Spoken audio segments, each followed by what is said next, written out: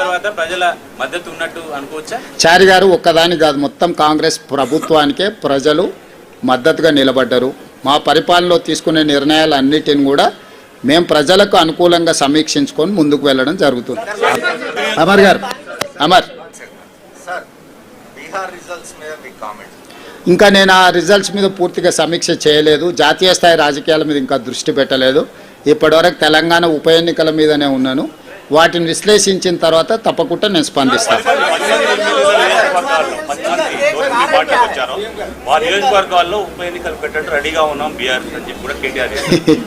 ఇక ఇప్పటి దగ్గర నేను అదే చెప్పిన, మళ్ళా అదే మాటలు మాట్లాడుతున్నాడు. కాబట్టి ఇవన్నీ నేను అందుకే చెప్తున్నా, నేను సూచన చేస్తున్నా. తెలంగాణ మంచి కోసం, వాళ్ళ భవిష్యత్తు కోసం ఇద్దరికి సూచన చేస్తున్నా. ఒక ఆయన అసూయ, రెండవ ఆయన అహంకారాన్ని తగ్గించుకోవాలి. పాతకాలంలో చెప్పారు, కింద పడ్డా కూడా పైకాలు నాదే అన్నాడంటే వెనకట్టుకోడు. కాబట్టి ఏది ఎట్లొస్తే అది అట్లా వస్తుంది. ఇప్పుడు అది ఆయన చేతులు లేదు, నా చేతులు లేదు, స్పీకర్ గారి చేతిలో ఉంది, సుప్రీంకోర్టు చేతుల్లో ఉంది. అది వచ్చినప్పుడు వస్తుంది. ప్రజలు ఇచ్చే తీర్పు తప్పకుండా ఇస్తారు.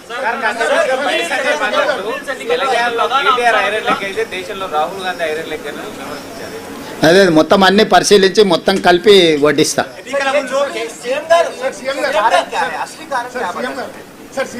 सरकार जो काम कर रहा है, सरकार को आशीर्वाद देने के लिए लोग आगे आए, बहुत सारे दिए, एक चीज नहीं है. हम पीछे से रेशन कार्ड और फाइन राइस, इंदिरा इंड्लू जो भी बोल रहे हैं ना, इसके साथ साथ हम कितने एम्प्लॉयमेंट क्रिएट किए, लॉ एंड ऑर्डर कितना कंट्रोल किए, ड्रग्स एंड गांजाई कितना हम लोग कंट्रोल किए.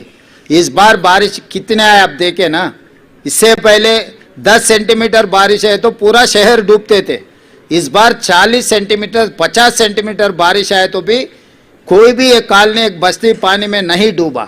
लोग देख रहे हैं, मूसी में किसी को तकलीफ नहीं आया. इस बार पहली बार तेलंगाना हासिल करने के बाद 12 साल में बहुत बड़ा बारिश आए थे, क्लाउड बस्ट हुए थे. मगर इस बार हम जो तरीका से जो